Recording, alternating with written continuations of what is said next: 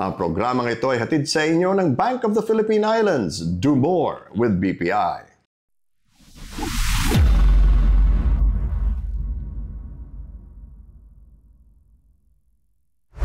Mabuhay teammates, ito ang Basketball Universe at ako si Bill Velasco. Naranasan mo ba na nabubuli ka o pinagtitripan ka nung bata ka kasi malaki ka? Oo, dahil tayo malaki, nahihiya tayo na tinatawag tayo na higanti, no, kapre. Pero hindi ko na, minsan nasaktan ka pero kailangan mo rin tanggapin eh. Pero pag dumating ang panahon na maintindihan mo rin, kailangan mo rin tanggapin at hayaan na lang. Ang bahaging ito ay hatid sa inyo ng Eastern Communications, Partners in Progress. Nakausap namin ng long distance si Bonel Balingit, ang higante ng PBA na may gininto ang puso, at kinumusta namin siya. Ano ba ang naging buhay niya sa Cebu matapos niya magretiro sa PBA? Balikan nga natin saglit yung paano ka napasok sa basketball. Naranasan mo ba na nabubuli ka o pinagtitripan ka nung bata ka kasi malaki ka? Oo, nung nag-aaral pa ako sa Mindanao, hindi na makatulad ngayon ang basketball noon. Saan lang kami maglalaro noon? Diyan lang sa lupa. Yung ring noon, pinapako lang sa punong kahoy. Tapos dahil tayo malaki, nahihiya tayo na tinatawag tayo na higanti, no, kapre. Pero hindi ko na, minsan nasaktan ka pero kailangan mo rin tanggapin eh. Pero pag dumating ang panahon na maintindihan mo rin, kailangan mo rin tanggapin at hayaan na lang. Hanggang may nag-encourage sa akin na punta ka sa school kasi yung matangkad ka naman, bagay sa'yo basketball. Doon, dandahan kong tinatahak yung sa larangan sa basketball. Diyan ba nagsimula yung hilig mong magpatawa? Dung pinagtitripan ka ng mga ibang bata? Kasi ganito kasi yan, Bill eh. Anong bata pa ako, naglalaro ako ng mga, di ba, yung mga holin, yung mga pambata talaga. Rubber band, di ba, yung mga ganyan-ganyan. Eh, siyempre, malaki daliri ko. Pagpiti ko, di ba, pagpiti ko, kalat-kalat lahat. Pag naghiwalay-hiwalay yan, sa'yo yun. Yung humiwalay. Yung nanay ko noon, nagalit, sabi niya, bakit lagi kang ikipaglaro sa mga bata? Eh, laki-laki mo na. Ikaw lang yung malaki dyan. Doon na bago yung isip ko na hindi na ako paglaro ng bata. Kaya yung naging kasama ko, yung mga may edad sa akin. Tapos andoon yung mga tawa, andoon lahat yung mga... Meron talagang talento na tao na bit-bit-bit nila yung patawa. Kaya doon ko na unti-unting na parang nahawa na rin tayo sa patawa. Yun, doon nag-umpisa. Pinangarap mo ba na maging PBA player ng panahon mo? Wala.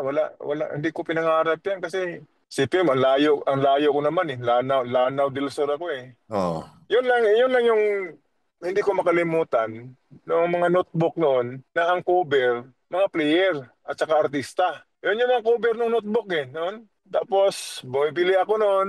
Yung mga notebook na bibilihan ako ng nanay ko. Fernando Po Jr. pa yung mga noon eh. Oh.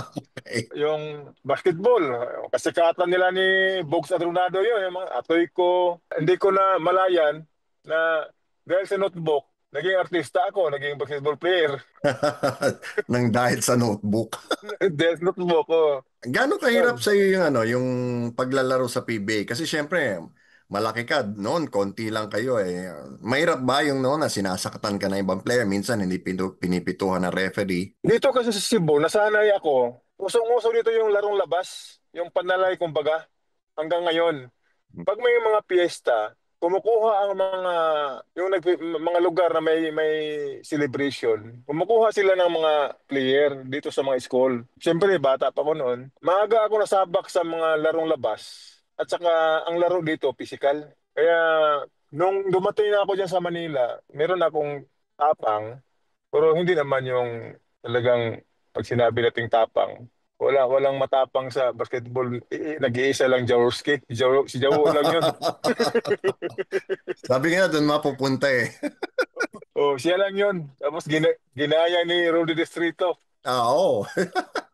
Dami nga nagagayahan noon, Bill, bro. Isa lang ang may tapang na lang, Jawo lang. Anong nagpasaya sa'yo nung nasa PBA ka? So, hindi ko in-expect na maging PBA ako. Tsaka yung mga tao na natutuwa sila, no? Mga kababayan natin, mga bayan ko, na proud sila na dumating ako sa pro, hindi naman lahat yan.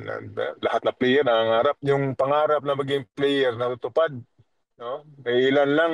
So doon, masaya na ako doon.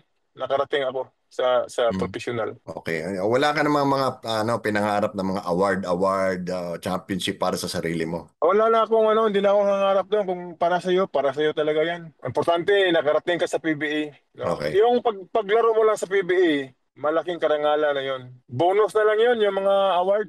Kung para sa'yo, isipin mo, ang dadami yung player. Hindi naman lahat na player na ibigyan ng pagkakataon sa coach. Alam mo naman Oo. yan, Bill, di ba?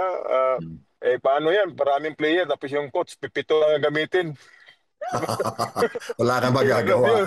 wala kang magawa doon. Game plan yun eh. Kung Mhm. talaga doon talaga yung ng coach, yung kumbaga mas kampante siya pag ganun ang paraan niya. Wala kang magagawa. Support ka na lang. As a basketball player, no, anong nagawa ng basketball para sa iyo? Paano nabago yung buhay mo? Of course, Bill, siyempre laking hindi naman tayo pinanganak na ang ating kutsara ginto, 'di ba? Mm.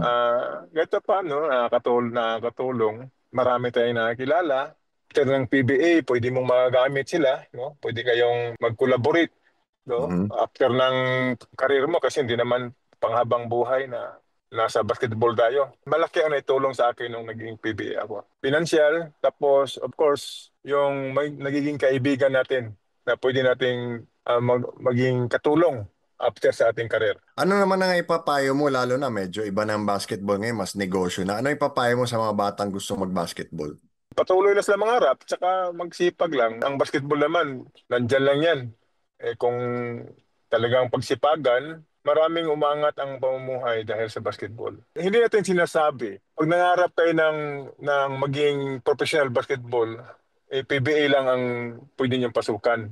Although ang PBA talagang legend league yan. Hindi naman lahat makakapasok dyan eh. So Mhm. maraming ibang liga na pwede niyong doon ipakita yung inyong talento. Patuloy lang mangarap. Importante, disiplina lang. Tsaka sipag. Ang programang ito ay hatid sa inyo ng Bank of the Philippine Islands. Do more with BPI.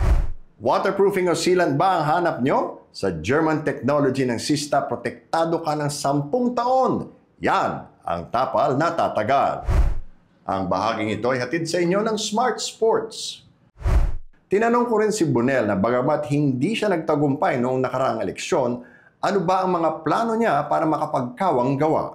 Kumusta ka na after the election? Laban pa rin tayo. Alam mo naman, ganyan talaga ang politika. Kahit anong gawin mo, kung talagang hindi na ayon doon sa pagkisikap mo, mahirap yun.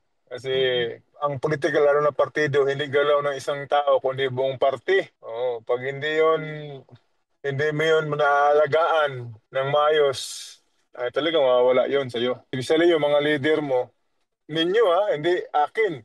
Mm. Buong party. Kusang isipin mo, imagine mo, 30 na barangays na malaki, walang watcher dumating. Aray. Masakit yun. Oo. Bakit nangyari? May problema yon sa partido. Okay. Pero Ganun. tuloy pa rin ang public service ni Bonel Balingit. Wala naman tayong tigil kahit hindi pa ako sumasali sa politika. Tuloy-tuloy naman yung natin, yung awang-gawa kasi meron naman akong yung NGO at may partner ako na International Foundation. Yun yung mga ginagawa namin. Okay. Bakit mo naisipang pumasok sa public service? Kumbaga, natutuwa ako na sa ganung paraan makatulong man tayo. Kung balikan natin yung nangyari sa Yolanda, 2 days after Yolanda, nasa Tacloban na ako. Nag-volunteer na ako doon. Mas natutuwa ako pag nakapag-serve tayo. Hindi ka ba pinagdududahan ng tao na gusto mo lang ng atensyon o talagang hinahabol mo lang na mahalal ka sa ibang posisyon? Noon pa naman, hindi pa ako sumasali sa politika, Bill. Tumutulong naman ako eh. Mhm. Lagi akong aktibo sa mga ganong gawain. Meron lang nag-udyok sa akin na kung nasa posisyon ka, mas marami kang matulong, no? Marami kang magawa. Kasi marami nga dyan, nandyan sa posisyon, pero hindi nga nila naiisip yung ginagawa ng mga volunteers. How much more kung nandyan ka? Yun lang yung nagbukas ng pintuan ko na sumabak sa politika. Gaano ka lalaki ba ang mga problema dyan sa Cebu at hindi ka ba nawawala ng loob? Dito naman sa Cebu, hindi lang sa Cebu dito, number one. Ako, iniikot ko na yung mga lahat ng barangay o sa iba-ibang mga bayan dito. Paberte pa rin eh. Ang problema talaga, kahirapan talaga. Problema nila, lalo na magkasakit, kawawa yung mga taong walang panggasto sa ospital. Kung saan-saan sila nanghihingi, pangbili ng gamot, yung pag namatayan, ayan, problema yon. Saan sila lalapit? Lalo na sa ating gobyerno, na importante na yung ipursige at magtayo ng one-stop shop, isang lugar na lang andoon, lalo na sa hospital. Pag nasa hospital na yung pasyente, dapat yung mga kamag-anak, hindi na kung saan pupunta humingi ng tulong sa gobyerno, dapat sa hospital pa lang andoon na lahat, no? Naranasan ko yan last year nung inoperahan ako sa puso eh. Ang dami Oo. mo talagang hahagilapin para umusad yung ano mo yung sitwasyon mo eh. Totoo yan, Bill. Ba't kailangan natin pahirapan? Diba? Madali naman kung may paraan. Dami naman pwedeng gawin ng gobyerno natin eh. Yung mga livelihood program sa mga tao. Mhm. Importante yun. Kasi kung hindi mo bigyan ng ganong programa, ang tao walang ibang isipin, kundi lapit kung kanino, manghihingi ng pambili ng bigas, manghihingi Mhm. kung pambayad sa eskwelahan. Dapat talaga magtulungan. Para sa iyo, anong goal mo talaga? Anong gusto mong mangyari diyan sa public service mo? Ang sa akin, hindi naman tayo superhero o superman na kaya natin gawin lahat yan. No? Kung ano lang yung makakaya natin na makabawas sa kanilang problema, ayun lang gawin natin. No? Wala naman tayo sa posisyon, no? Wala naman tayo sa Mhm. posisyon na pwedeng gumawa niyan. Pero maraming mga pwede nating magamit, pwedeng makatulong, no, sa mga tao, lalo na sa poverty. Number one kasi problema yan eh. Dumarami yung kriminalidad. Dahil sa kahirapan, yung iba kumakapit na lang sa patalim para mabuhay. Sa tingin mo ba darating ang panahon na mawawala rin yung problema na yan? Mahirap sagutin na mawawala, no? Pwedeng mabawasan, pero kung sabihin natin mawawala, mahirap sagutin yun kasi marami nang dumaang panahon. Nandiyan pa rin yan eh. Maraming salamat, Bonela. Salamat sa oras mo. Ingat ka. Maraming salamat sa mga followers na nanonood ngayon. Oh, at mga gusto niyong makita yung mga pinagagawa ko sa buhay, i-follow niyo lang ako sa aking sa aking FB page, Bonel Oo. Balingid. Ang bahaging ito ay hatid sa inyo ng Nickel Asia Corporation. Yan ang Basketball Universe para sa araw na ito. Abangan kami Lunes, Miyerkules at Biyernes sa YouTube at Facebook. Kaya LSS, like, share, subscribe at follow na rin. Nais namin pasalamatan ang aming mga sponsors. Bank of the Philippine Islands, Eastern Communications, Eurotex, Sista, Smart Sports at Nickel Asia Corporation.